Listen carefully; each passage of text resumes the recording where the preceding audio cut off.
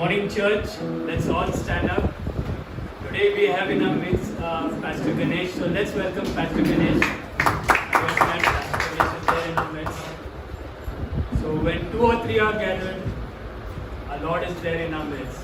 So let's all praise the Lord and sing praises to our God. यीशु ने हमें छुड़ाया है पापों के जाल से, यीशु ने हमें बचाया है शैतान के जाल से। तो गाओ हालेलुया, तो गाओ हालेलुया, तो गाओ हालेलुया, तो गाओ हालेलुया। हमने शांति पाई है यीशु के नाम से, हमने पाई है क्षमा मुक्ति और शाप से। तो गाओ हालेलुया, तो गाओ हालेलुया, तो गाओ हालेलुया, तो गाओ हालेलुया। अब हम ना डरेंगे, यीशु जो साथ है, शैतान से हम लड़ेंगे यीशु के नाम से। तो गाओ हालेलुया, तो गाओ हालेलुया, तो गाओ हालेलुया, तो गाओ हालेलुया। नारे लगाओ और गाओ रे, झंडा मसीह का फैलाओ रे। नारे लगाओ और गाओ रे, झंडा मसीह का फैलाओ रे। Hallelujah, O hallelujah, hallelujah, O hallelujah, hallelujah, O hallelujah, hallelujah, O hallelujah. लंबा सफर जिंदगी का, सच्चाई कोई न जाने रे। लंबा सफर जिंदगी का, सच्चाई कोई न जाने रे। आगे ऊपर तो लगाओ, यीशु का प्रेम तुम पाओ। आगे ऊपर तो लगाओ, यीशु का प्रेम तुम पाओ। Hallelujah, O hallelujah, hallelujah, O hallelujah, hallelujah, O hallelujah, hallelujah, O hallelujah. यीशु का जन्म हुआ है, पापों का अंत हुआ है। यीशु का जन्म हुआ है, पापों का अंत हुआ है। खुशहाली आज मिली है, प्रभु की दान बनी है। खुशहाली आज मिली है, प्रभु की दान बनी है। Hallelujah, O hallelujah, hallelujah, O hallelujah, hallelujah, O hallelujah, hallelujah, O hallelujah. Yes, Lord. We praise you, O Lord, because you deserve all the praises and glory and honor, O Lord. There is none like you, O Lord. Yes, Lord, we declare, O Lord, this Sunday morning, O Lord, that you are the true and living God, O Lord, and we worship you, O Lord, for who you are, O Lord. Thank you, Lord, for our church, O Lord, for each and every member in our church, O Lord, that you have saved us, O Lord, and set us free from every sin, O Lord. Thank you for your gift of salvation, O Lord. Yes, Lord, we worship you today morning, O Lord. We want to give all the praises and all the glory. We worship you. In Jesus' name we pray.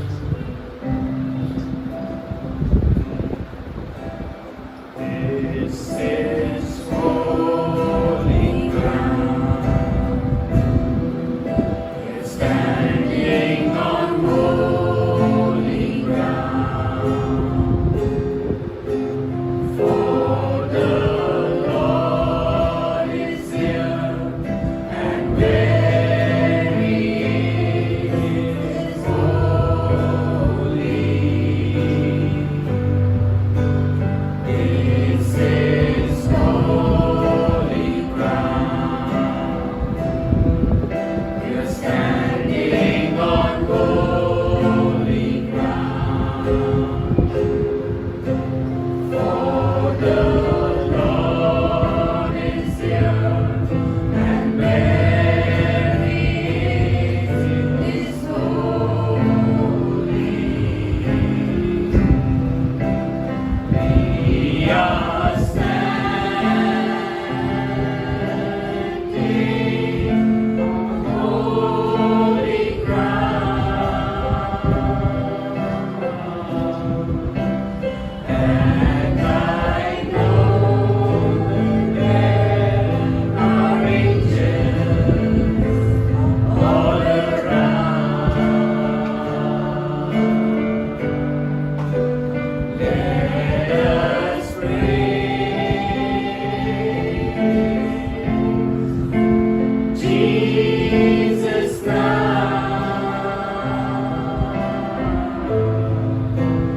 We are standing in His presence.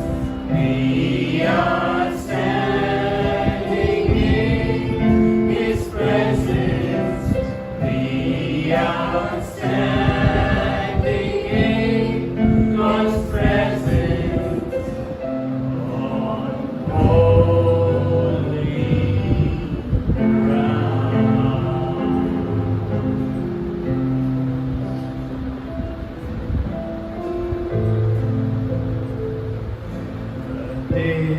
तेरी हम स्तुति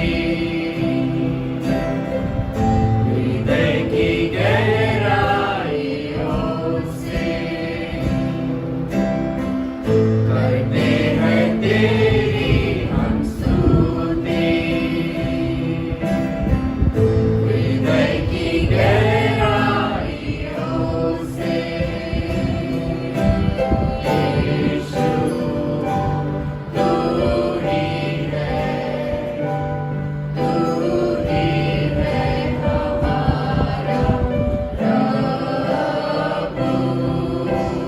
यीशु तू ही है हमारा महिमा हो तेरी, hallelujah. महिमा हो तेरी, ओ महिमा हो तेरी, हालेलुया। महिमा हो तेरी, आत्मा और सच्चाइयों से तेरी आराधना करेंगे। आत्मा और सच्चाइयों से तेरी आराधना करेंगे। ऊंचा और ऊंचा, सबसे ऊंचा रहे तेरा नाम। ऊंचा और ऊंचा,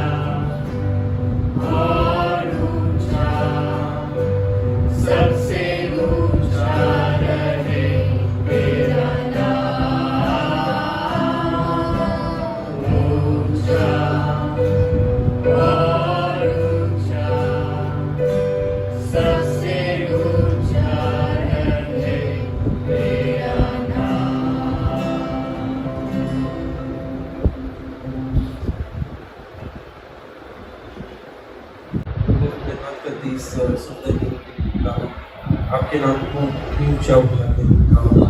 धन्यवाद करते पिता, आपने हम सबको यहाँ पर रहा और प्रार्थना करते आज की सभा की पिता हमसे बातें करना पिता, आपके वचन द्वारा के द्वारा पिता हमें पवित्र आत्मा द्वारा पिता हमारी अगुवाई करना और आप हमें संदेश देना पिता, और आगे जो भी है पिता हम उसको आपके हाथ में रखते पिता, और ये प्रार्थना प्रवेश के नाम से करते हैं।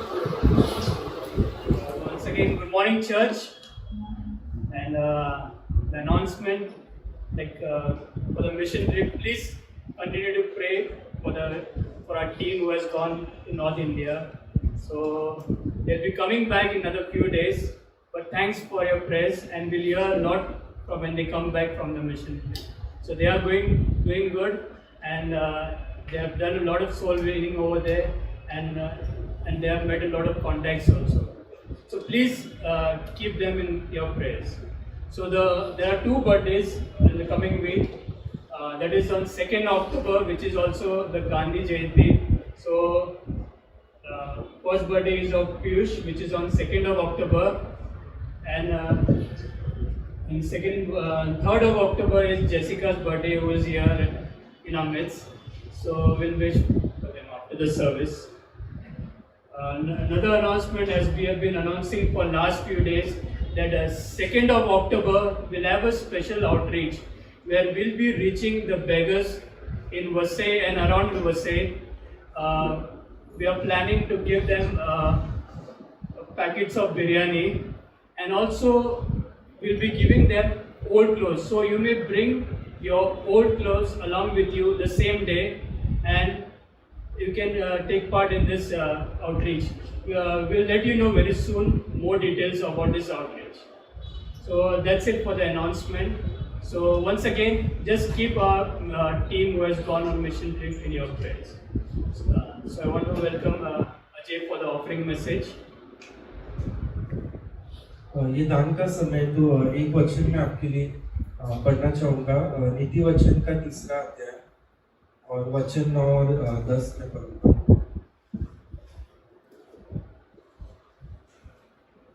वचन 9, अपनी संपत्ति के द्वारा और अपनी भूमि की सारी पहली उपज दे देकर यहोवा की प्रतिष्ठा करना। इस प्रकार से तेरे खत्ते भी पूरे रहेंगे और तेरे रसकुंडों से नया दाखमधु उमड़ता रहेगा। तो ये जो संदेश है बहुत ही अच्छा है कि परमेश्वर ने कहा है कि हमें जो अपनी संपत्ति के द्वारा जो है उसकी जो है महिमा करनी है। और ये हम कैसा कर सकते हैं? पहली चीज़, जब हमारा पगार होता है तो हम परमेश्वर को जो है पहला स्थान देकर हम जो है अपना दान जो है परमेश्वर को देते हैं। और पुराने नियम में जो है ऐसा था कि वहाँ पर पहली उपज जो है वो परमेश्वर को जो है वो लोग दान में लाते थे। तो इसी प्रकार इस वचन में भी यही किया है कि लिखा है कि पहली उपज देकर जो है तो यहोवा की जो है प्रतिष्ठा करना। तो आज जो है हम परमेश्वर को जो है अपना दान देकर हम जो भी कमाते हैं, हम जो भी परिश्रम करते हैं, उसका जो है हम 10वां भाग जो है हम परमेश्वर को देते हैं। और उससे जो है परमेश्वर की जो है महिमा होती है, क्योंकि हमारे दान के द्वारा जो है चर्च का जो है काम चलता है और बहुत सारी चीज़ें हैं जो जो है एक्सपेंस वगैरह रहता है वो कवर होता है।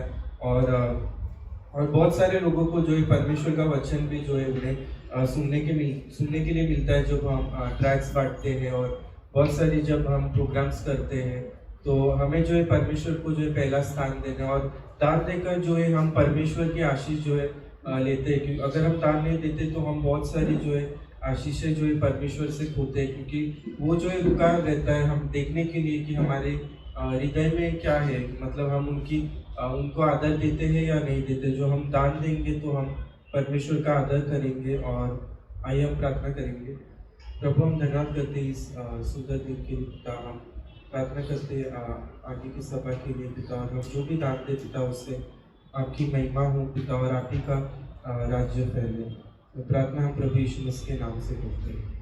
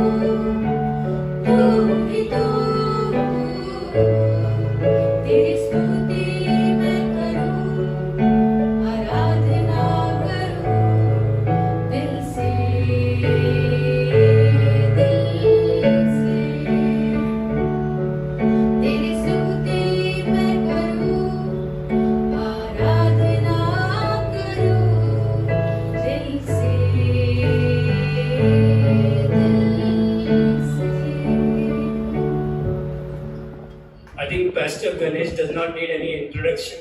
So, as our Pastor Kishore says, that he is the Billy Graham of India. So, as he told me that he is going to preach on a very exciting topic. And the topic today is the second coming of our Lord Jesus Christ. Yes, we indeed are waiting for this day, the coming of our Lord Jesus Christ. So let's give a warm welcome to Pastor Ganesh as he comes to preach. जय मसीह की okay यहाँ पर English भी बोला जाता है और लेकिन मेरा जो कलेसिया है नाला सोपारा में वहाँ पे हम सब लोग हिंदी में ही प्रभु का वचन देते हैं। सो यहाँ पे है क्या, ऐसा कोई है क्या कि जिसको इंग्लिश भी समझता है हिंदी नहीं समझता है? Just raise your hand if you don't know Hindi, then I will speak in English. Everyone understand Hindi? Okay, so I am going to speak in Hindi. और जो लोग हिंदी नहीं समझते खाली इंग्लिश समझते हैं, those people who don't understand English or Hindi, when I am preaching in Hindi, you will understand in English. So आज प्रभु यीशु के दोबारा वापस आने के विषय में, क्योंकि आज दुनिया में सबसे बड़ी घटना जो होने वाली है वह है प्रभु यीशु का आना। इसलिए आइए 1 मिनट के लिए अपनी आंखें बंद करते हैं, इस वचन के लिए प्रार्थना करते हैं। दयालु पिता परमेश्वर, प्रभु यीशु के पवित्र नाम से तुम्हारे चरणों पर आते हैं और धन्यवाद देते हैं प्रभु पवित्र आत्मा के द्वारा तो हम सबके बीच में उपस्थित है, इस कलेसिया में उपस्थित है। प्रभु हर भाई को, हर बहन को, हर बच्चे को आशीष दे। पास्टर किशोर और जो टीम में प्रभु मिशन ट्रिप के लिए गए उनको भी बहुत की आशीष दे और उनके द्वारा बहुत लोग जान सके कि संसार में तू ही अकेला सच्चा और जीवित परमेश्वर है। बहुतों का उद्धार कर प्रभु। जो वचन आज मैं बोलने वाला हूँ प्रभु, मैं नहीं, मेरे द्वारा पवित्र आत्मा अपने पवित्र वचन के द्वारा अपने पवित्र लोगों से बातें करे और हम सभी को सुनने के लिए आत्मिक कान दे प्रभु। और केवल हम सुनने वाले नहीं परंतु उसके अनुसार हम चलने वाले भी बने, ऐसे हम प्रार्थना करते हैं। सारा आदर महिमा प्रशंसा प्रभु यीशु को देते हैं, प्रभु यीशु के नाम से आमीन। ओके, सब लोग प्रभु का वचन सुनने के लिए तैयार है? कौन कौन सोने के लिए तैयार है? सब लोग हाथ ऊपर कर, क्योंकि मेरे कलेसिया में जब मैं वचन बताता हूँ तो कोई कोई लोग शुरू कर देते हैं, उनको लगा अभी उनका सोने का समय हो गया, तो इसलिए मैं बोलता हूँ कि कौन कौन लोग हैं यहाँ पर वचन सुनना चाहते हैं और सोना चाहते हैं, तो दोनों हाथ ऊपर करते हैं। तो आइए आज हम प्रभु के वचन में थोड़े समय के लिए जाएंगे और यूहन्ना का 14 अध्याय और प्रभु यीशु ने 1, 2, 3 वचन में हम जाएंगे। प्रभु यीशु ने यहाँ पर अपने जो विश्वासी लोग थे, शिष्य थे, जब प्रभु यीशु स्वर्ग जाने वाला था तो वो बहुत दुखी हो गए। तो प्रभु यीशु ने उनसे कहा कि तुम्हारा मन व्याकुल ना हो, तुम परमेश्वर पर विश्वास करते हो ना, तो मुझ पर भी विश्वास करो। मेरे पिता के घर में बहुत से रहने के बड़े बड़े स्थान है, मकान है, और यदि नहीं होते तो मैं तुमसे कह देता, मैं तुम्हारे लिए जगह तैयार करने जा रहा हूं, और यदि मैं जाकर तुम्हारे लिए जगह तैयार करूं तो मैं फिर आऊंगा और तुम्हें अपने यहां ले जाऊंगा, ताकि जहां मैं रहूं वहां तुम भी रहो। भाई और बहनों, ये प्रभु यीशु के शब्द है। उसने कहा मैं जाऊंगा और फिर वापस आऊंगा। इस दुनिया में बहुत सारे धर्म के संस्थापक हैं, लेकिन किसी ने यह बात नहीं कि मैं फिर दोबारा वापस आऊंगा। मार्टिन लूथर ने कहा कि मेरे कैलेंडर में 2 ही दिन है, एक है आज का दिन और दूसरा है जब प्रभु यीशु आएगा वह दिन। इंग्लैंड की महारानी क्वीन विक्टोरिया ने कहा था, मेरी इच्छा है कि प्रभु यीशु का आना मेरे ही जीवन काल में हो, ताकि जो मुकुट कोहिनूर हीरे का मुकुट जो मैं पहनती हूं, मैं उसको उतार कर प्रभु यीशु के चरणों पर रखूं। भाई और बहनों, आप सभी को पता है दुनिया में ऐसा कोई देश नहीं कि जिनको प्रभु यीशु के पहले आने के विषय में पता नहीं। दुनिया के हर देश की किताब में, इतिहास की किताब में प्रभु यीशु का विषय में लिखा हुआ है। जब पहले बार प्रभु यीशु आया, जब पहली बार प्रभु यीशु आया तो इस पवित्र बाइबल में 330 भविष्यवाणी थी कि वो कुंवारी के द्वारा जन्म लेगा, वह गाय के गौशाला में जन्म लेगा, उसको क्रॉस पर मारा जाएगा, उसको कब्र में रखेगा, वो तीसरे दिन जीवित होगा, वो स्वर्ग चला जाएगा। 330 भविष्यवाणियां लिखी थी प्रभु यीशु के पहले आने के विषय में। लेकिन इसी पवित्र बाइबल में वही भविष्यवक्ताओं ने जो प्रभु यीशु के पहले आने की भविष्यवाणी की थी, उन्होंने ही दूसरे आने के विषय में भविष्यवाणी भी की, और वह 318 भविष्यवाणी इस पवित्र बाइबल में है कि प्रभु यीशु दोबारा इस धरती पर आने वाला है। इसलिए भाई और बहनों, इस्राएल देश के जो धर्म पंडित थे, यहूदी धर्म पंडित थे, उनको इस भविष्यवाणी का पहला आने के विषय में कुछ भी ज्ञान नहीं था। वो कुछ भी समझ ही नहीं सके। वो खाली समझ सके कि प्रभु यीशु का दूसरा आना होगा। इसलिए पवित्र बाइबल यूहन्ना का पहला अध्याय 11 वचन में लिखा कि प्रभु यीशु अपने घर के लोगों के पास आया, परंतु उसके लोगों ने ही उसको स्वीकार नहीं किया। प्रभु यीशु यहूदी था, वो यहूदी लोगों के बीच में आया, यहूदी लोगों ने उसको ठुकरा दिया। पहले पत्रस 1:10 और 11 में लिखा है कि इसी उद्धार के विषय में उन भविष्यवक्ताओं ने बहुत खोजबीन की और जांच पड़ताल की। उन्होंने उस अनुग्रह के विषय में जो तुम पर होने का था भविष्यवाणी किया था प्रभु यीशु के आने के विषय में। परंतु दुख भरी बात यह है कि उनको प्रभु यीशु का पहला आना, दुख उठाना, क्रॉस पर उसकी मृत्यु, कब्र से जीवित होना और उसके बाद में दोबारा वापस आना, यहां तक ही समझ थी। लेकिन इसके बीच में जो गैप है, इसके बीच में पहला आना और दूसरा आना के बीच में क्या था, यह बहुत सारे भविष्यवक्ता को इसकी जानकारी तक नहीं थी। परंतु हम धन्य लोग हैं क्योंकि आज हमारे पास ये पवित्र बाइबल है, और इस पवित्र बाइबल में से हम लोग जान सकते हैं कि प्रभु यीशु की पहले आने की भविष्यवाणी कौन सी थी और दूसरे आने की भविष्यवाणी कौन सी थी। इसलिए संत पौलुस ने विभिन्न कलीसियाओं में जो पत्री लिखी थी, उनमें भी यीशु के आने के विषय में लिखा है।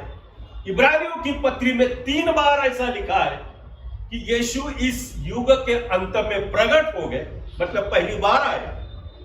इब्रानी 9:24 में लिखा है कि प्रभु यीशु स्वर्ग में प्रवेश किए, और इब्रानी 9:28 में लिखा है कि प्रभु यीशु पाप उठाने के लिए नहीं परंतु उद्धार करने के लिए दोबारा प्रकट हो जाएंगे। इसलिए भाई और बहनों, जब प्रभु यीशु पहली बार आया तो हमारे पापों का बलिदान करने के लिए आया। वो बलिदान का काम उसने क्रॉस पर पूरा किया और जोर से चिल्लाकर कहा था, पूरा हुआ। पाप के लिए बलिदान का काम प्रभु यीशु ने क्रॉस पर पूरा किया। मरने के बाद उसको कब्र में रखा, तीसरे दिन जीवित हो गया। 40 दिन धरती पर रहने के बाद सबके सामने स्वर्ग में उठा लिया गया। पहली बार तो तुम्हारे आत्मा और प्राण का उद्धार करने के लिए आया, लेकिन दूसरी बार उसको जरूर आना है, क्योंकि शरीर, पहले थेसलोनियों 5:23 में लिखा है कि हर इंसान को शरीर है, आत्मा है और प्राण है। पहले थेसलोनियों 5:23 में लिखा है। तो हमारे आत्मा और प्राण का तो उद्धार हुआ जब से हम प्रभु यीशु पर विश्वास किया, लेकिन शरीर का भी उद्धार होना आवश्यक है। और इसलिए मेरे प्यारे भाई और बहनों, प्रभु यीशु का आना बहुत ही जरूरी है। और इसलिए जब प्रभु यीशु इस संसार में, सिर्फ प्रभु यीशु ही है जिनको ये 3 ऑफिस है। वो भविष्यवक्ता है।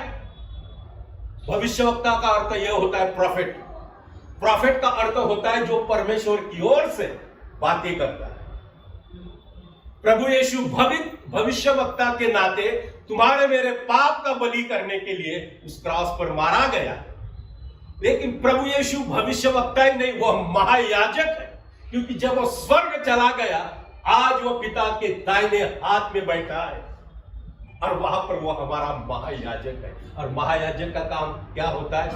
लोगों के लिए पिता से प्रार्थना करना। इसलिए प्रभु यीशु महायाजक है और साथ साथ में हमारा वकील भी है, महाधिवक्ता जिसको कहते हैं। प्रभु यीशु आज स्वर्ग में अपने पिता के दाहिने हाथ में बैठे हुए और सर से आराम नहीं कर रहा, बस हो गया मेरा काम, मैं उद्धार का काम पूरी किया, अभी मैं नहीं। स्वर्ग में वो दो काम कर रहा है मेरे प्यारे भाई और बहनों। पहला काम है वह हमारे लिए, इब्रानी 7:25, वह हमारे लिए परमेश्वर से प्रार्थना करता है कि हम पाप नहीं करें।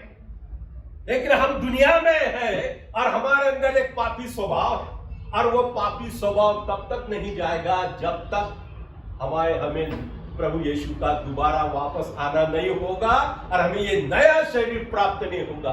तब तक ये पापी स्वभाव हमारे अंदर रहेगा।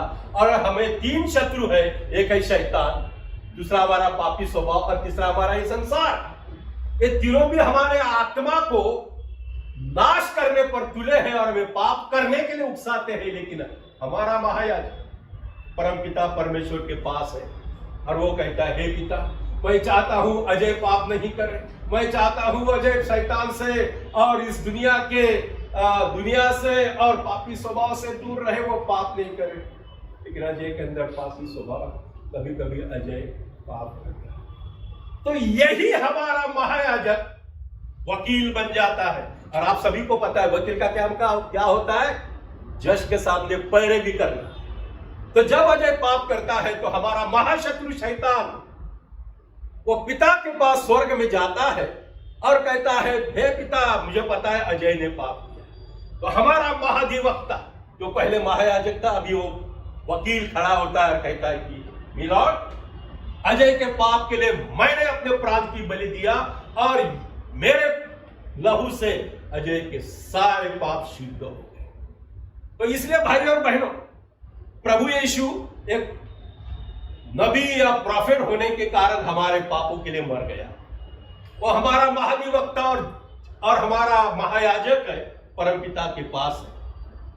और जब वो वापस आएगा तब वो राजाओं का राजा, प्रभुओं का प्रभु बनकर इस धरती पर आएगा। और इसलिए प्रभु यीशु का आना ये बाइबल की सच्चाई है और ये सत्य वर्णन है। क्यों? क्योंकि स्वयं प्रभु यीशु ने ही कहा था। तुम्हें पता है मैं प्रभु यीशु पर क्यों विश्वास करता हूं? क्यों? क्योंकि प्रभु यीशु ने जो बोला वो करके दिखाया। उसने कहा मुझे मार डालेंगे, हम यरूशलेम जा रहे हैं, वहां पर मैं पापियों के हाथों में डाला जाएगा, वो मुझे क्रॉस पर लटकाएंगे, वो मेरे मुंह पे थूकेंगे, दाढ़ी को निकालेंगे और मुझे उस क्रॉस पर लटकाया जाएगा और फिर मरने के बाद मुझे कब्र में रखेगा और फिर मैं तीसरे दिन जिंदा हो जाएगा। जो प्रभु यीशु ने कहा वो हुआ कि नहीं? इसलिए मैं प्रभु यीशु पर विश्वास क्यों करता हूं? क्योंकि जो उसने बोला वो उसने करके दिखाया। उसने कहा अपने दुश्मनों से भी प्रेम करो और उसके लिए भी प्रार्थना करो। आप सभी को पता है जब यीशु के हाथ में खिले मारे पापियों ने, तो प्रभु यीशु ने कहा, हे पिता, इनको बोलो जोर से, क्षमा करो। उसने जो बोला वो करके दिखाया। और अभी प्रभु यीशु ने यह भी बोला कि वो दोबारा वापस आने वाला है। और इसलिए स्वयं प्रभु यीशु ने दोबारा वापस आने के विषय में कहा था, मत्ती 16:27, मनुष्य का पुत्र अपने स्वर्गदूतों के साथ अपनी पिता की महिमा में आने वाला है और उस समय वो हर एक को उसके कामों के अनुसार प्रतिफल देगा। यूहन्ना के 14:2-3 में अभी जो मैं पढ़ा कि मेरे पिता के घर में रहने के बहुत स्थान है और मैं तुम्हारे लिए जगह करने जा रहा हूं, और यदि मैं जाकर तुम्हारे लिए जगह तैयार करूं तो मैं फिर वापस आऊंगा और तुम्हें अपने लिए यहां ले जाऊंगा। यूहन्ना के 21 और 22 में प्रभु यीशु ने कहा, यदि मैं चाहूं तो मेरे आने तक यह ठहरा रहे, तो उससे तेरा क्या, तू मेरे पीछे आ। स्वयं प्रभु यीशु ने गवाही दी कि वो दोबारा वापस आने वाला है, और प्रभु यीशु कभी झूठ नहीं बोलता क्योंकि वो परमेश्वर है। दूसरी गवाही स्वर्गदूतों ने कहा था, जब प्रभु यीशु मरने के बाद जीवित हुआ, 40 दिन अपने शिष्यों के साथ रहा और 17 बार उनको दर्शन दिया, और फिर वह जैतून नाम के पहाड़ पर उनको लेके गया और उनके ऊपर हाथ रख के उन्हें आशीष दी, और ऐसा ही वो ऊपर उठा लिया गया। और वो उसके 2 शिष्य लोग ऐसे ऊपर देखते रहे। इतने में 2 स्वर्गदूत आए। प्रेरितों के काम पहला अध्याय 11 वचन में लिखा है, जब शिष्य यीशु को जाते समय आकाश की ओर ताक रहे थे और 2 सफेद पुरुष सफेद कपड़े पहनकर आए, और उन्होंने कहा, ये गलीली पुरुषों, तुम क्यों खड़े हो और स्वर्ग की ओर देख रहे हो? यही यीशु जो तुम्हारे पास से स्वर्ग में उठा लिया गया, फिर आएंगे, और जिस प्रकार तुमने उसको स्वर्ग में जाते हुए देखा, उसी प्रकार से वह फिर आएंगे। स्वर्गदूतों ने गवाही दिया। भाई और बहनों, इतना ही नहीं, प्रभु यीशु के शिष्यों ने गवाही दिया कि वह आने वाला है। संत पौलुस फिलिपियों के 3:20 और 21 में लिखा है कि हमारी नागरिकता, हम धरती पर हम इस देश के नागरिक हैं, लेकिन हमें दोहरी नागरिकता है। हमारी नागरिकता स्वर्ग में भी है। क्यों? क्योंकि हम स्वर्ग में अनंत काल के लिए रहने के लिए बनाए। मनुष्यों को परमेश्वर ने मौत के लिए कभी नहीं बनाया। मनुष्य हमेशा के लिए जीवित रहेगा, एक तो वो स्वर्ग में परमेश्वर के साथ, या फिर भयानक अंगार में शैतान के साथ। और इसलिए भाइयों, हमारी नागरिकता स्वर्ग की है, और हमारा उद्धारकर्ता अर्थात प्रभु यीशु मसीह वहां से आने की हम लोग प्रतीक्षा कर रहे हैं। संत पौलुस कह रहा है, और उसने तीतुस को भी बताया, अपने महान परमेश्वर उद्धारकर्ता प्रभु यीशु की महिमा के साथ वह प्रकट होगा, और हम इंतजार कर रहे हैं। यीशु मसीह का आधा भाई याकूब, यीशु मसीह की मां कुंवारी थी, उसके बाद में यूसुफ के साथ उसकी शादी हो गई, और उसको और भाई बहन हो गए। उसमें थे याकूब था, जो कलेसिया, पहली कलेसिया का पास्टर था। और उसने क्या कहा याकूब 5, 7 और 8 में, हे भाइयों, प्रभु यीशु के आगमन तक धीरज रखो, तुम धीरज रखो और अपने हृदय को दृढ़ करो। क्यों? क्योंकि प्रभु यीशु का द्वितीय आगमन बहुत नजदीक है। भाई और बहनों, हम कितने भाग्यशाली हैं कि आज तक प्रभु यीशु का आना नहीं हुआ, और अब हो सकता है हमारे जीते जी प्रभु यीशु का आगमन होगा, क्योंकि वो बहुत नजदीक है। संत पतरस ने क्या कहा? संत पतरस तो यीशु का महान शिष्य था, और उसने यह गवाही दिया दूसरे पतरस 1:16 में कि जब हमने तुम्हें अपने प्रभु यीशु का सामर्थ का और उसके आगमन का सुसमाचार दिया। भाई और बहनों, यहूदा यीशु मसीह का सेवक और याकूब का भाई, उसकी प्रभु यीशु के दोबारा आने की गवाही ये थी। और उसने ये कहा कि हनोक भी जो आदम से 7वीं पीढ़ी में था, इस विषय में यह भविष्यवाणी की कि देखो प्रभु यीशु अपने लाखों पवित्र लोगों के साथ आने वाला है, ताकि वो दुनिया का न्याय करे। यूहन्ना जो यीशु जिससे बहुत प्रेम करते थे, उसने क्या कहा? हे प्रिय बच्चों, यीशु में बने रहो, ताकि जब वह आएगा तब हमें साहस और हम उसके आने पर प्रभु के सामने लज्जित न हो। यूहन्ना ने यही गवाही प्रकाशित वाक्य 1:7 में दिया है, और वो कहता है, देखो, सब लोग देखो यीशु बादलों के साथ आने वाले हैं, और हर एक आंख उसको देखेगी, और वे लोग भी देखेंगे जिन्होंने उसके हाथ में खीले मारे थे, उसको क्रॉस पे लटकाया गया था, अर्थात यहूदी लोग। भाई और बहनों, प्रभु यीशु का आना बहुत नजदीक है। जब हम प्रभु भोज करते हैं, तो उस वक्त पे अभी हम प्रभु यीशु के आने के विषय में बोलते हैं। पहले कोरिन्थियों 11:26 में लिखा है कि जब कभी तुम रोटी खाते हो और इस कटोरे में से पीते हो, तो प्रभु की मृत्यु को जब तक वह नहीं आए तब तक हम प्रचार करते हैं। भाई और बहनों, ये बाइबल की यह सच्चाई मैं आपके सामने रखता हूं कि इस पवित्र बाइबल में संत पौलुस ने 13 किताबें लिखी है और इन 13 किताबों में 50 बार प्रभु यीशु के दोबारा वापस आने के विषय में लिखा है। बाइबल की यह सच्चाई मैं आपके सामने रखता हूं कि बाइबल के नए नियम के प्रत्येक 30 वचनों में से एक वचन प्रभु यीशु के दोबारा वापस आने के विषय में लिखा है। इस पवित्र बाइबल में पुराने नियम में 20 संदर्भ ऐसे मिलेंगे जो प्रभु यीशु के आने का उल्लेख करता है। लेकिन आज बहुत सारी कलीसिया, मैं ग्रेटर ग्रेस कलीसिया का धन्यवाद देता हूं क्योंकि यहां पर बाइबल की सच्ची शिक्षा है। लेकिन बहुत सारी कलीसिया है भाई और बहनों, सुनो, और वे क्या मानते हैं? नहीं, प्रभु यीशु जब पेंटेकॉस्ट का दिन आया था प्रेरितों के 2 में, तब प्रभु यीशु का आना हो गया। ये सरासर झूठ है।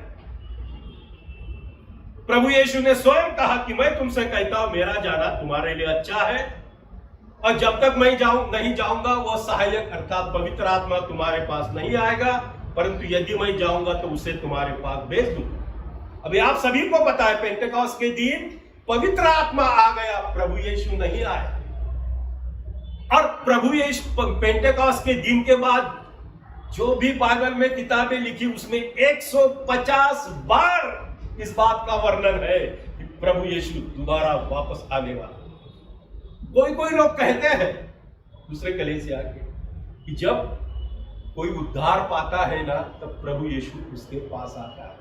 यह भी सरासर झूठ है, क्योंकि जो कोई उद्धार पाता है वो परमेश्वर के पास आता है, प्रभु यीशु के पास आता है। प्रभु यीशु उसके पास नहीं आता, क्योंकि उद्धार करना यह पवित्र आत्मा का काम है। तीसरा जो लोग यह अनुमान लगाते हैं कि जब कोई विश्वासी भाई मरता है ना तब प्रभु यीशु आता है, सरासर झूठ। क्योंकि जब विश्वासी भाई मरता है तो प्रभु यीशु नहीं आता, स्वर्गदूत। जब लाजार मर गया, आप सभी को पता है, जब लाजार मर गया लुका के 16 अध्याय 22 वचन में, तो स्वर्गदूतों ने उसको स्वर्ग में परमेश्वर के पास पिता अब्राहम की गोद में पहुंचाया। इसलिए भाई और बहनों, विश्वासी लोगों की मृत्यु पता है 2 कोरिन्थियों 5:8 में क्या है? यह हमें शरीर से अलग होना और परमेश्वर के साथ रहना। आज प्रभु यीशु पिता के दाहिने हाथ में बैठा, वह हमारा महायाजक है, वह हमारा महाधिवक्ता है।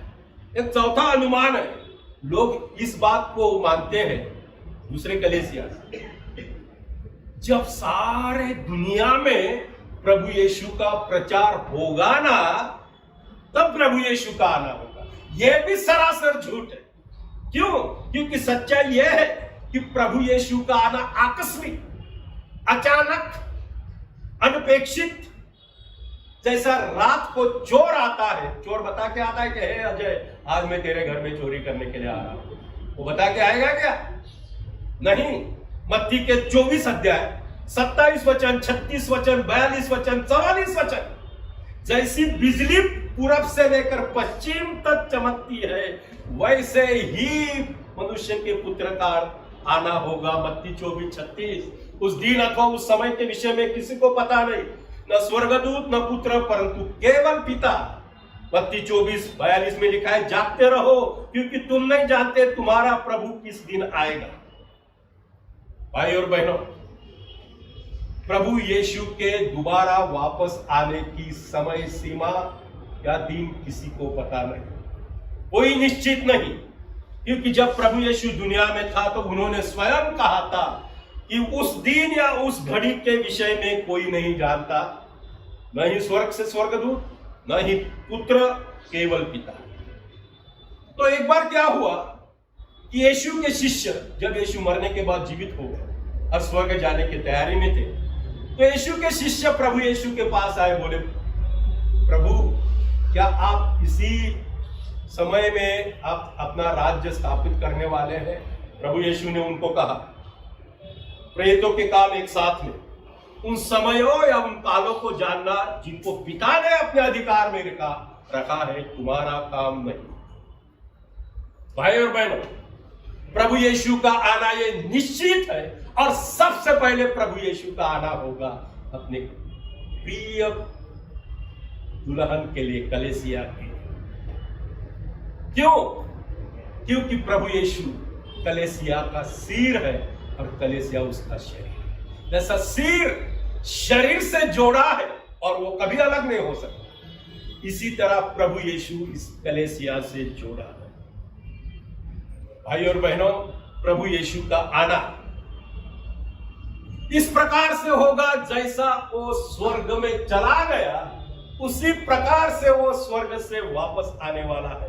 प्रभु यीशु का स्वर्गारोहण हुआ तो वो बादलों में से होकर गया और वो देखते देखते बादलों पे उठा लिया गया और बादल ने यीशु को उनकी आंखों से छिपा लिया।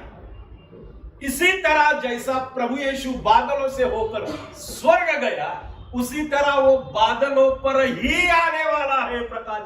प्रकाशित वाक्य 1:7 में लिखा है कि प्रभु यीशु बादलों में से स्वर्ग चला गया, उसी प्रकार बादलों के साथ आने वाले हैं।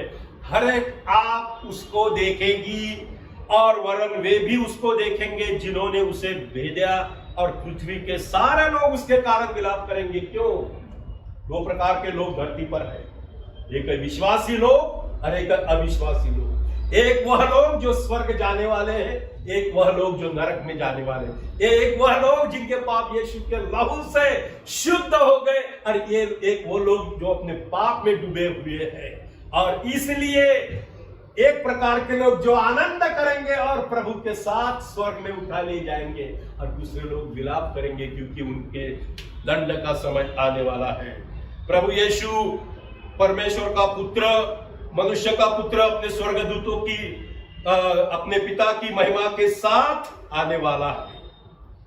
प्रभु यीशु का दोबारा आगमन होगा और ये 2 चरणों में होगा। सबसे पहला प्रभु यीशु अपने कलीसिया के लिए आएगा, लेकिन धरती पर नहीं, आसमान में, वातावरण में, हवा में।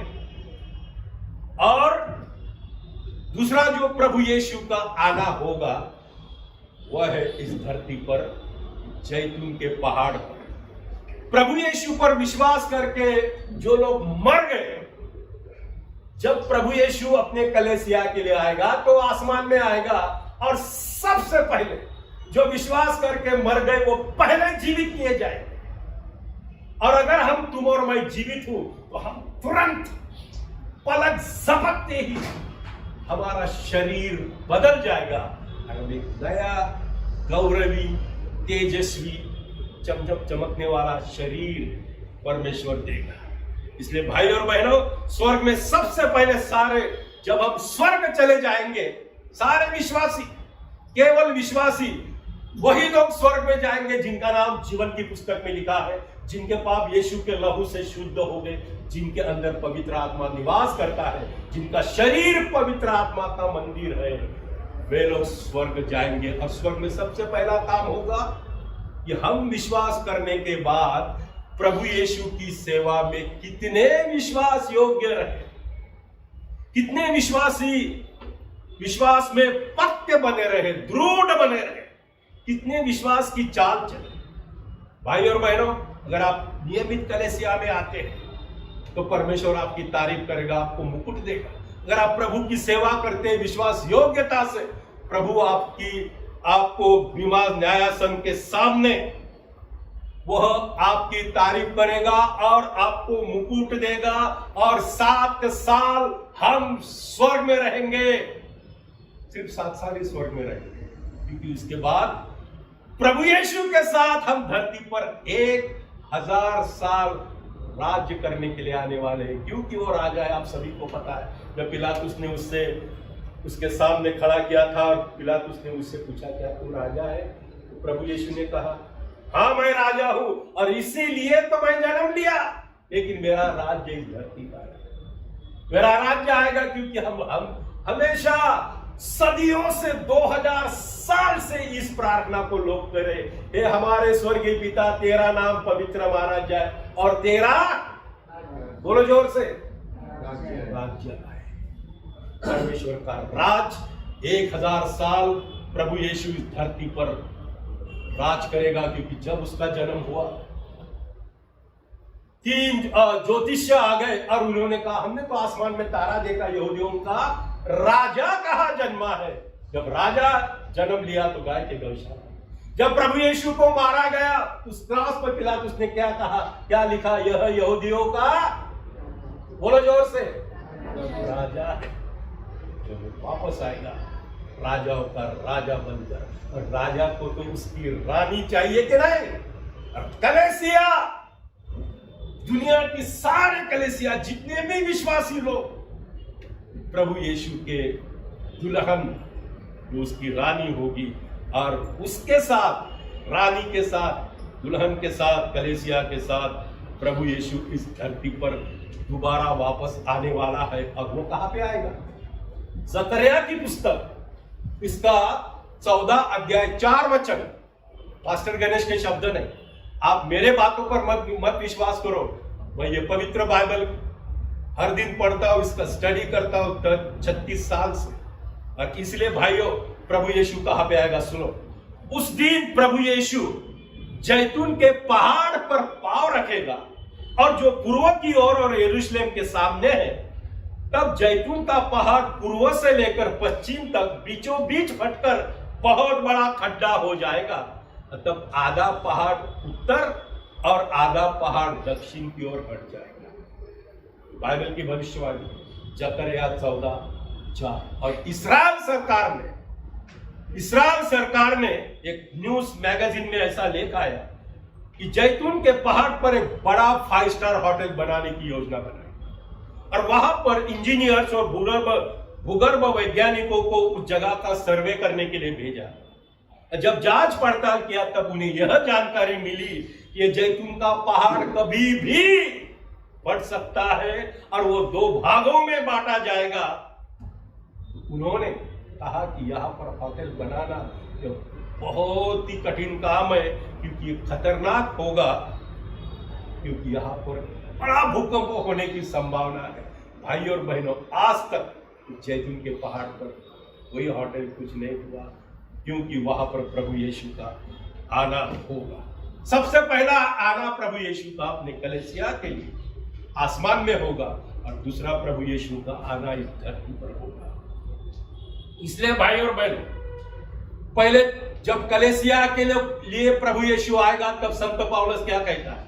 पहले थिस्सलुनीकियों 4:15-16 में, हम प्रभु के वचन से तुमसे, प्रभु के वचन के अनुसार तुमसे यह कहते हैं कि जो हम जीवित है, कौन कौन है यहाँ पर मरेंगे? कृपया अपना हाथ ऊपर करो। हम सब जीवित हैं, और प्रभु के आने तक अगर हम बचे रहेंगे तो उनसे कभी नहीं बढ़ेंगे जो सो गए हैं।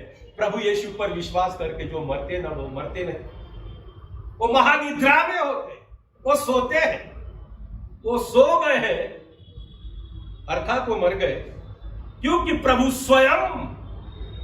स्वयं ऊंची आवाज, प्रधान स्वर्गदूत की पुकार और परमेश्वर की तुरही की बुलाहट के साथ स्वर्ग से उतरेगा।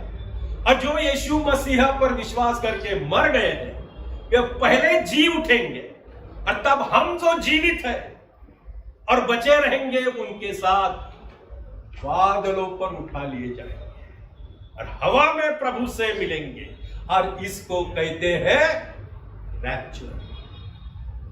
प्रभु यीशु का कलीसिया के लिए आना, इसको रैप्चर कहते हैं। वहां पर 2 प्रकार के लोग हुए, एक है जो प्रभु यीशु पर विश्वास करके मर गए, और दूसरे हैं जो जीवित है और विश्वास करते हैं। और यही तो बात प्रभु यीशु ने मार्था और मरियम का भाई लाजर से भी, जब लाजर मर गया था, कब्र में उसको रखा था, तो मार्था और मरियम से भी यही बात प्रभु यीशु ने कहा था कि पुनरुत्थान और जीवन।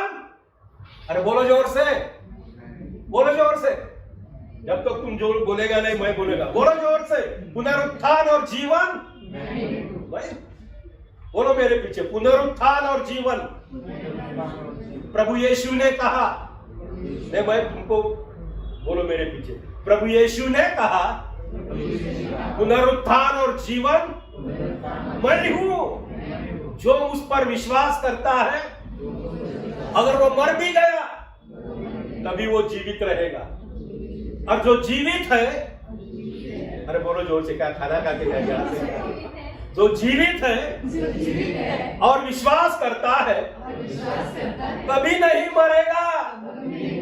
अभी ये पास्टर गणेश के शब्द नहीं, यूहन्ना 11:26 में प्रभु यीशु ने कहा कि पुनरुत्थान और जीवन मैं हूं। जो उस पर विश्वास करता है, अगर वो मर भी जाएगा तभी वो जीवित रहेगा। अर्थात जब प्रभु यीशु आएगा, अगर वो मर भी गया तो भी वो जीवित हो जाएगा। और जो जीवित है और उस विश्वास करते हैं वो मरेंगे नहीं। अर्थात हमारे शरीर तुरंत ही बदल जाएंगे, हमें मौत का अनुभव नहीं आएगा मेरे प्यारे भाई और बहनों।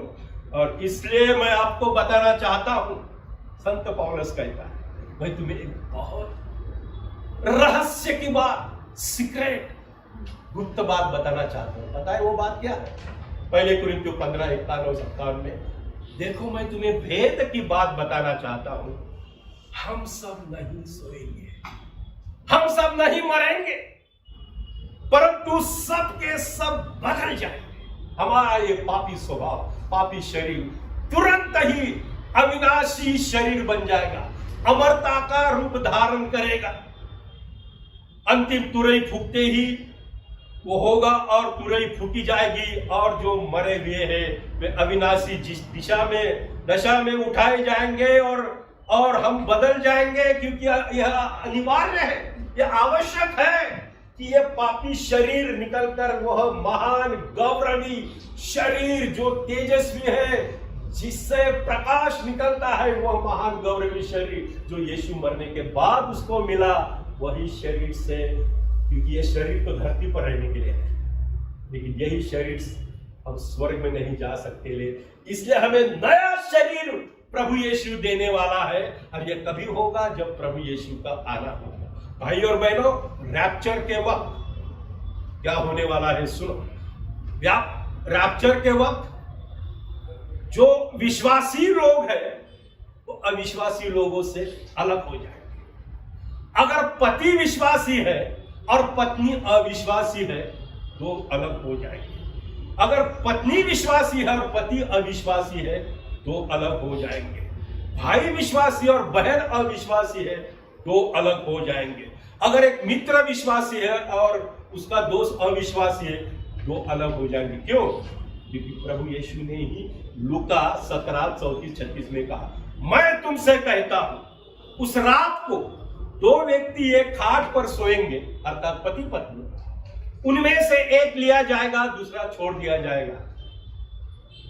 दो स्त्रियां एक साथ चक्की पिसती होगी, उनमें से एक ली जाएगी रैप्चर में, दूसरी छोड़ दी जाएगी। दो लोग खेत में काम करते होंगे या कंपनी में काम करते होंगे, जो विश्वासी है वो चला जाएगा, अविश्वासी वहां पर छोड़ जाएगा। इसलिए भाई और बहनों, प्रभु यीशु का आना ऐसा ही होगा।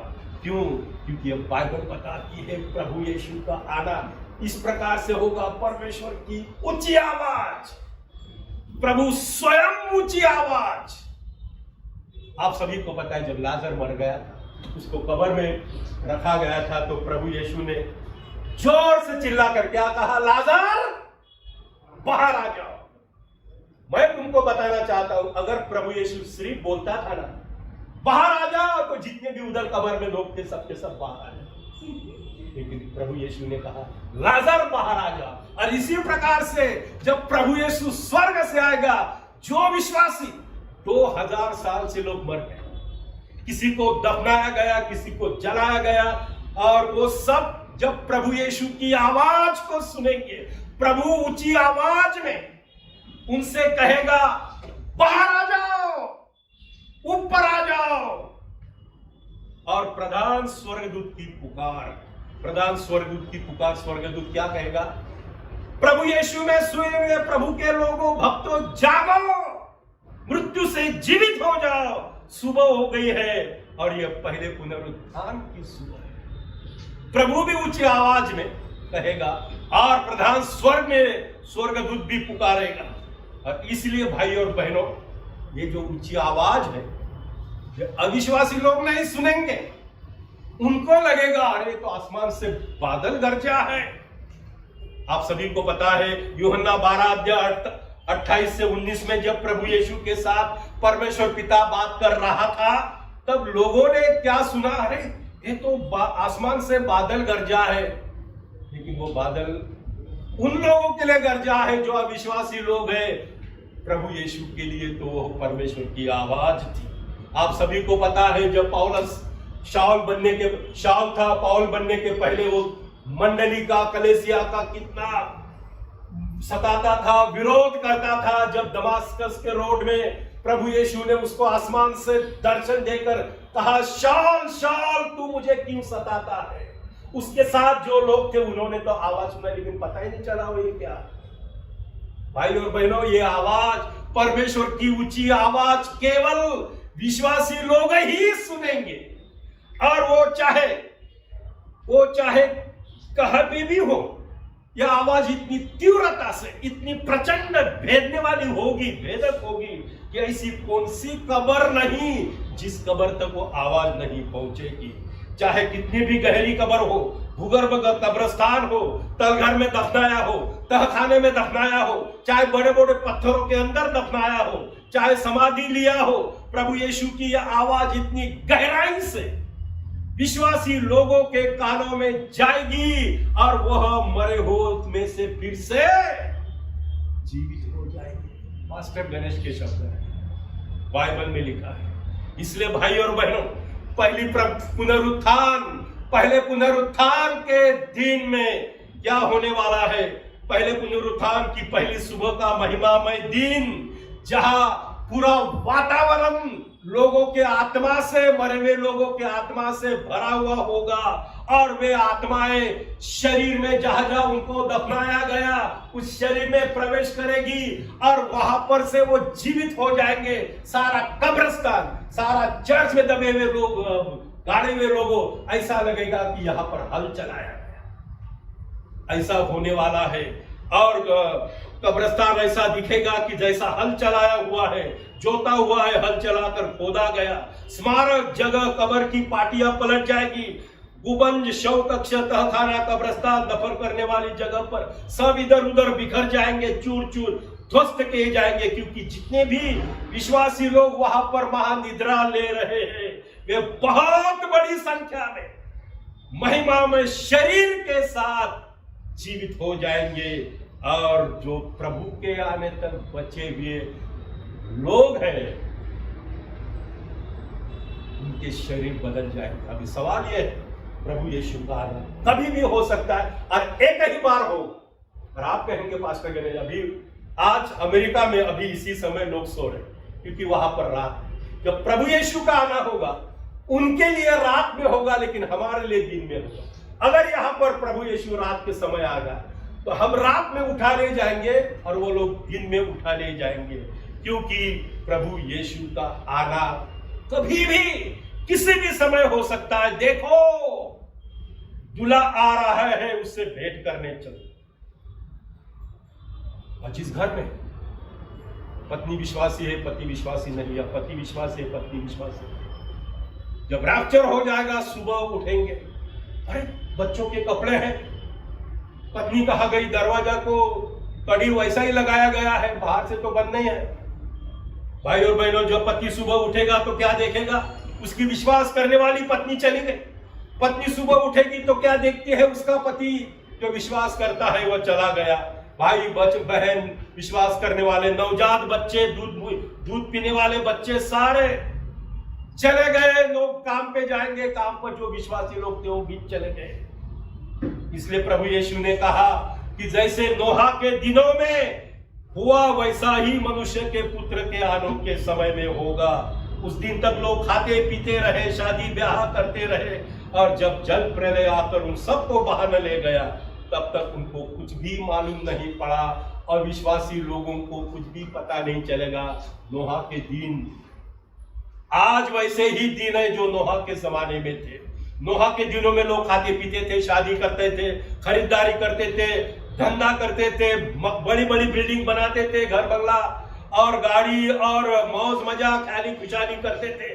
खुशी आनंद मौज मजा में होते थे, बड़े बड़े बिजनेस करते थे, मॉल बनाते थे, बड़े शहरों में लोगों की भीड़ होती थी, चिकन मटन शराब और सब कुछ वहां पर। पृथ्वी पर जनसंख्या बहुत बढ़ गई थी और मनुष्य के विचार बुराई इतनी बढ़ गई थी कि उनके विचार निरंतर बुराई करने में लग जाते थे। सब लोगों ने अपना अपना चाल चलन बिगाड़ा था। आज भी तो यही परिस्थिति है, कोई भी अखबार कोई भी न्यूज में देखो यही हो रहा है।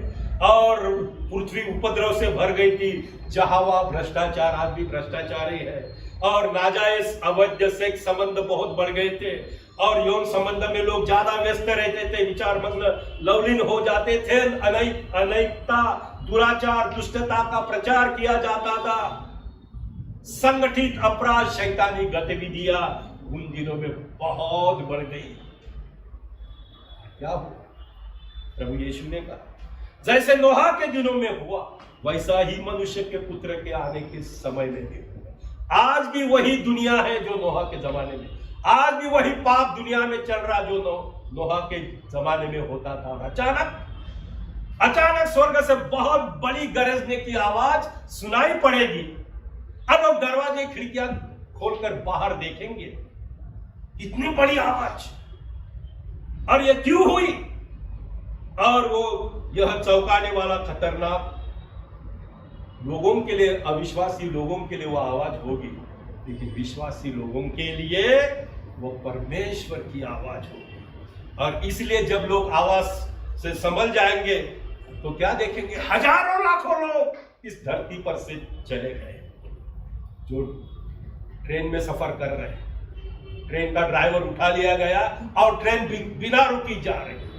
जो लोग कार में बैठे हैं, कार चलने वाला ड्राइवर उठा गया, अभी लोगों को पता नहीं कि कार किधर ठोक देगी। जो लोग हवाई जहाज में सफर कर रहे हैं, इसलिए हवाई जहाज में प्रभु की कृपा से मैं 10 बार बैठा हूं, वहां पर 2 पायलट होते हैं, क्योंकि उस लोगों हवाई जहाज वाले कंपनी को पता है कि जब प्रभु यीशु का आना हुआ, अगर एक उठा लिया गया तो बस सब लोग उनका क्या होगा। पायलट चला गया, लोग चिल्लाएंगे। बस में लोग सफर कर रहे हैं, ड्राइवर चला गया, लोग भारी चिंता में पड़ जाएंगे, घबराएंगे, भारी उलझन में पड़ेंगे।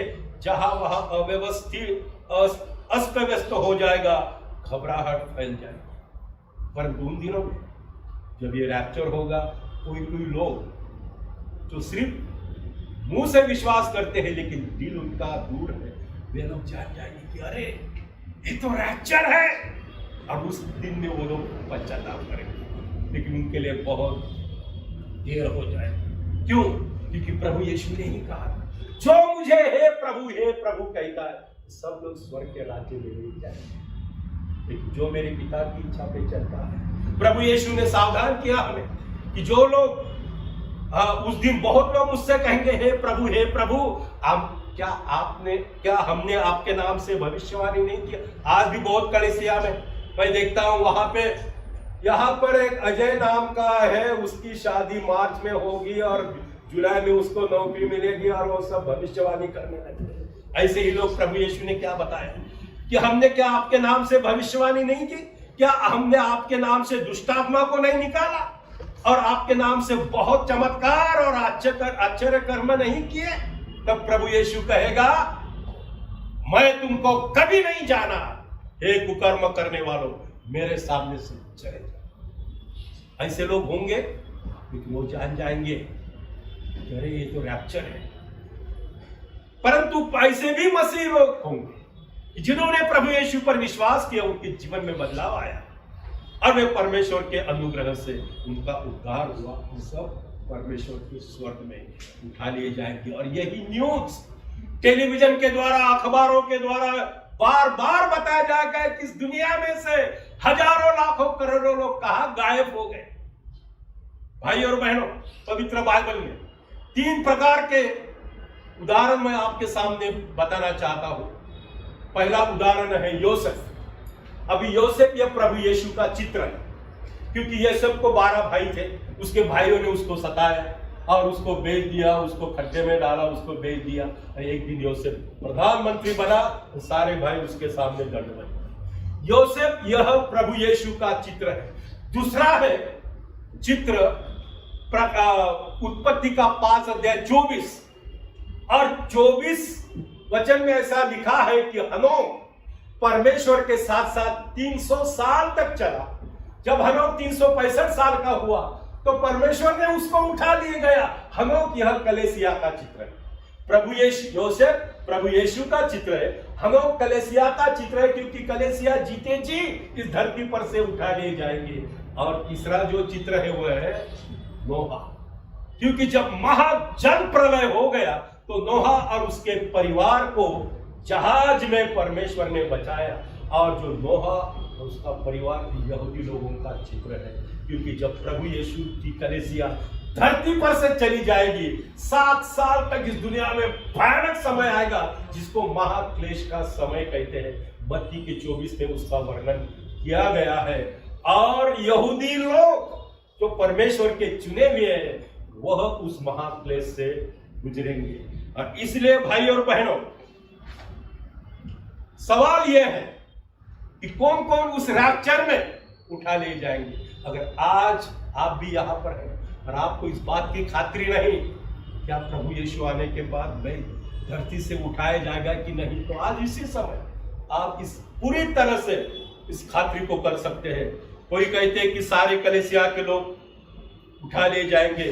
ग्रेटेगेस कलीसिया का यह मानना है कि जिनका नया जन्म हुआ है, जो कलीसिया में जिनके पाप यीशु के लहू से शुद्ध हो गए, जिनका नाम जीवन की पुस्तक में लिखा हुआ है, जिनका शरीर परमेश्वर का मंदिर पवित्र आत्मा का मंदिर है, वे सब रैप्चर में उठा ले जाएंगे। क्योंकि परमेश्वर ने पहले थिस्सलुनीकियों 5:9 में लिखा है, परमेश्वर ने हमें क्रोध के लिए नहीं ठहराया परंतु इसलिए ठहराया है कि हम अपने प्रभु यीशु मसीह के द्वारा उद्धार प्राप्त करें। परमेश्वर हमारे ऊपर क्रोध नहीं डालेगा जो अविश्वासी लोगों को रैप्चर होने के बाद डालेगा। भाई और बहनों, अंत में बताना चाहता हूं,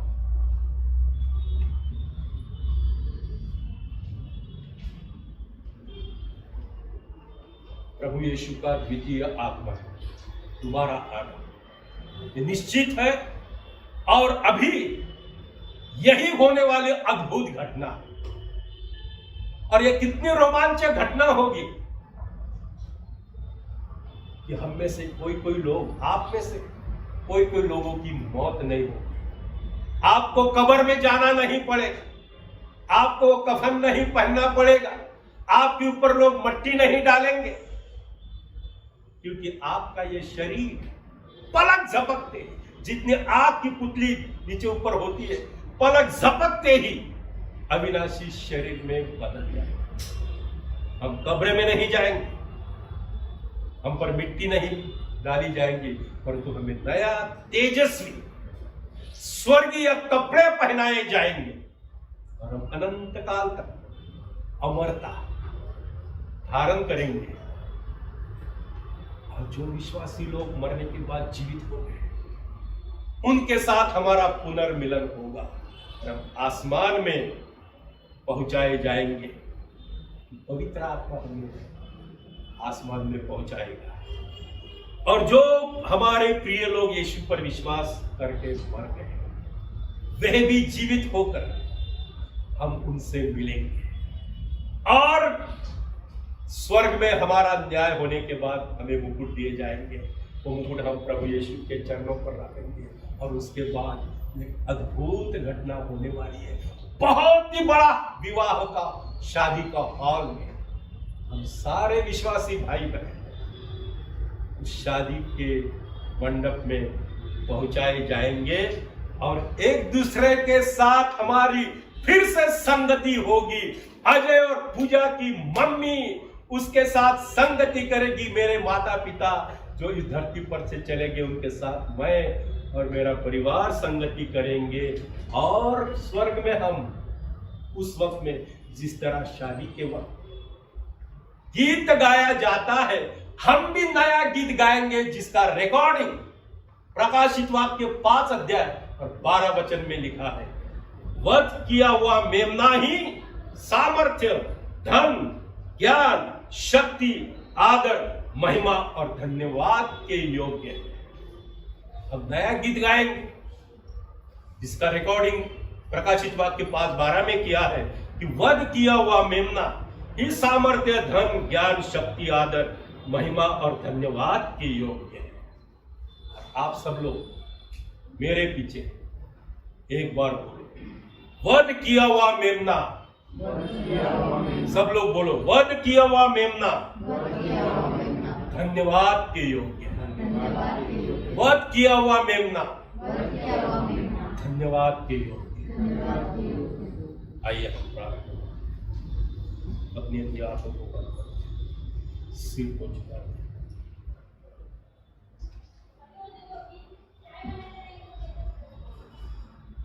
एक बार एक आदमी ने प्रभु यीशु को सवाल पूछा, यह प्रभु क्या उद्धार पाने वाले बहुत थोड़े लोग हैं? प्रभु यीशु ने कहा, संकरे दरवाजे से प्रवेश करने का प्रयत्न करो, क्योंकि उस दरवाजे से बहुत लोग करना चाहेंगे लेकिन प्रवेश नहीं कर सकेंगे। स्वामी उठकर उस द्वार को बंद कर देगा, तब तुम बाहर खड़े होकर दरवाजा खटखटाएंगे और कहेंगे हमारे लिए द्वार खोल, लेकिन वहां से उत्तर आएगा, मैं तुम्हें नहीं जानता। ये कुकर्म करने वाले मुझसे दूर हो। मेरे भाइयों और बहनों, अगर आज आप यहाँ पर उपस्थित हैं और अभी तक आपको इस बात की खातिरी नहीं है कि परमेश्वर ने आपके पाप क्षमा किए, इस बात की आपको पूरी तरह से खातिरी नहीं कि क्या जब प्रभु यीशु का आना हुआ तो मैं स्वर्ग में उठा लिया जाऊंगा,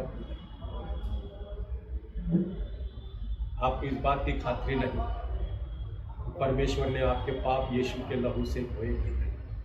लेकिन आज इसी समय आप जहां कहीं भी हो, अपनी अपनी आंखों को बंद कर किए, सिर को झुकाए, अपने अपने मन में, अगर आपको इस बात की खातिरी नहीं तो आप परमेश्वर से कह सकते हैं, परमेश्वर पिता से कह सकते हैं यीशु मसीह के नाम से, हे पिता मेरे पाप क्षमा, मैंने पाप किया, मैंने गलत किया, मेरी क्षमा। मैं धन्यवाद देता हूं, यीशु ने मेरे पाप के लिए अपने प्राण की बलि दिया। आज मैं यीशु को मेरा उद्धार कर, मुक्तिदाता मैं स्वीकार कर। जब भी प्रभु यीशु आएगा स्वर्ग में मेरा स्वीकार। भाइयों और बहनों, स्वयं परमेश्वर पवित्र आत्मा के द्वारा हमारे बीच उपस्थित है। वो आपके जीवन में आना चाहता है, वो आपके सारे पाप क्षमा करना चाहता है। वो एक दिन आपका स्वर्ग में स्वीकार करेगा। आपको उसके लिए क्या करना है? कुछ भी नहीं। आपके लिए सब कुछ प्रभु यीशु ने किया। आपको सिर्फ उसके किए हुए बलिदान पर सच्चे दिल से विश्वास करना है। प्रभु यीशु को अपने दिल में छोटी सी प्रार्थना के द्वारा स्वीकार करना है, क्योंकि प्रभु यीशु ने कहा, जो धरती पर मुझे स्वीकार करेगा स्वर्ग में मैं भी उसका स्वीकार करूंगा, लेकिन जो धरती पर मुझे अस्वीकार करेगा, स्वीकार नहीं करेगा, स्वर्ग में मैं भी उसको स्वीकार करेगा। तो अगर आप यहां पर बैठे हो तो आपको पूरी तरह से इस बात की खातिरी नहीं है कि परमेश्वर आपका स्वीकार करेगा कि नहीं, परमेश्वर ने आपके पाप क्षमा किए कि नहीं। तो आज इसी समय प्रभु यीशु पर सच्चे दिल से विश्वास करो और उसे प्रार्थना करो कि हे प्रभु यीशु मेरे दिल में आओ, मेरे पापों को क्षमा करो। जितने साल मैं धरती पर रहूंगा मेरी रक्षा कर, मेरी सहायता कर। जब मैं धरती छोड़ जाऊंगा तो स्वर्ग में मेरा स्वर्ग। दयालु पिता, प्रभु यीशु के नाम से धन्यवाद देते हैं प्रभु उन भाई बहनों के लिए जिनको तूने अपने लोग होने के लिए चुन लिया है, जिनका तू परमेश्वर है, जो तुम्हारी प्रजा के लोग, जिनका तू पिता है, जो तुम्हारे बेटे बेटियां हैं, जिनका तू चरवा है और जो तुम्हारे भेड़शाला के भेड़े हैं। प्रभु सभी को अपनी आशीष दे। भयानक बीमारी से, कोरोना से और बरसाती बीमारियों से सभी को बचाए रखना। ये सारे लोग तुम्हारे वचन में, विश्वास में, अनुग्रह में, प्रेम में बढ़ते ही जाएंगे और प्रभु यीशु दोबारा वापस आने तक ये लोग विश्वास योग्य बने रहेंगे। ऐसी मैं प्रार्थना करता हूँ। सारा आदर महिमा प्रभु यीशु को मिले। प्रभु यीशु के नाम से हम सब कहेंगे। Thank you, Pastor Ganesh, for the lovely message we heard today on the second coming of our Lord Jesus Christ. We believe that whatever words we heard will come to pass, because whatever words we heard is from the Bible. And we all know that heaven and earth will pass away, but His word will always remain. So let us all stand up, and with thanksgiving in our hearts, let us sing to the Lord. These are the days of Elijah, declaring the word of the Lord. These are the days of your servant Moses, righteousness being restored.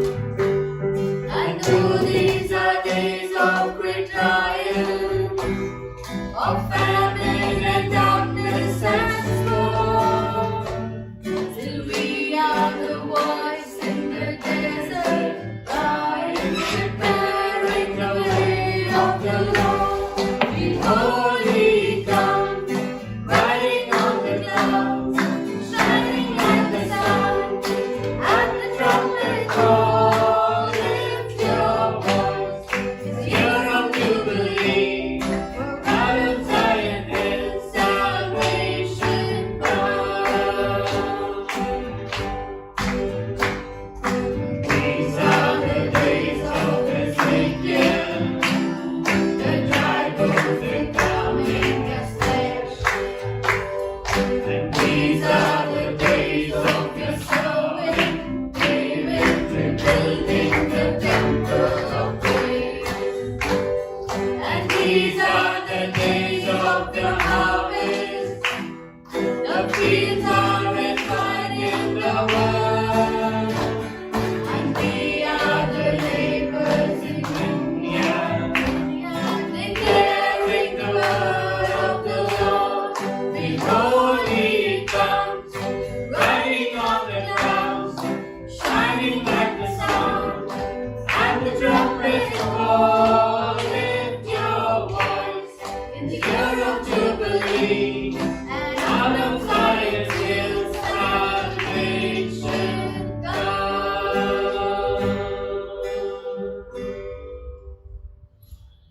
Yes, Lord. I want to thank you once again, O Lord, for this beautiful time we had together, O Lord, as one family, O Lord. Keep us always united together, O Lord, in your love, O Lord. Yes, Lord, we want to thank you, Lord, in a very special way, O Lord, for saving each one of us, O Lord. Thank you, Lord. Once upon a time we were blind, O Lord. Thank you that you opened the eyes, O Lord. Yes, Lord, we pray, Lord, for everyone in this church, O Lord, and in our Greater Grace churches, O Lord, that you encourage us every day, O Lord, so that we may go and tell about your goodness to this world, O Lord. Let your good news, O Lord, your gospel, O Lord, reach, O Lord, to the places that has not reached before, Lord. Once and again, O Lord, we want to thank you, Lord, for this beautiful time, O Lord. We pray for Pastor and the entire team, O Lord, who is on a mission trip, O Lord. We believe, O Lord, that your presence is, Lord, wherever they go, O Lord. Lead them and guide them, O Lord. Give them, O Lord, the words that they speak, O Lord, that the people's lives are touched, O Lord. Once again, Lord, we want to thank you and keep us safe, O Lord, in this coming week, O Lord, and lead us and guide us through your Holy Spirit. In Jesus' most precious name we pray. Amen.